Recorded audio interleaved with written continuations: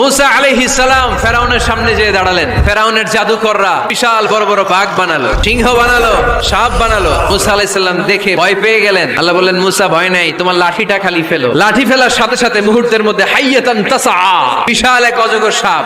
ফেরাউনের জাদুকরদের বানানো সব বাঘ, ভাল্লুক, সিংহ আর সাপগুলো রেখে বিশাল ফানা ধরে আছে।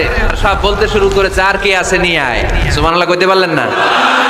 এই দৃশ্য দেখার সাথে সাথে ফেরাউনের রাজপ্রাসাদের সামনে যতগুলো জাদুকর ছিল, কোরআন বলে ফাউলকিয়াস সাহারাতু সাজিদিন। এই দৃশ্য দেখা মাত্রই ফেরাউনের নিয়ে আসা বড় বড় জাদুকরগুলো মুসা আলাইহিস সালামের সামনে দাঁড়িয়ে আল্লাহর জন্য সেজদায় লুটিয়ে পড়েছে।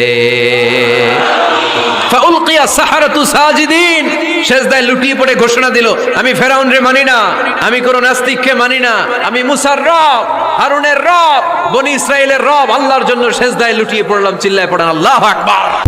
মিজানুর রহমান আনসারী বলেছিল যে আধারে ভয় পেও না, ভয় পেও না, আলো আছে আড়ালে, আলো আছে আড়ালে, অন্ধকার পালিয়ে যাবে তুমি উঠে দাঁড়ালে।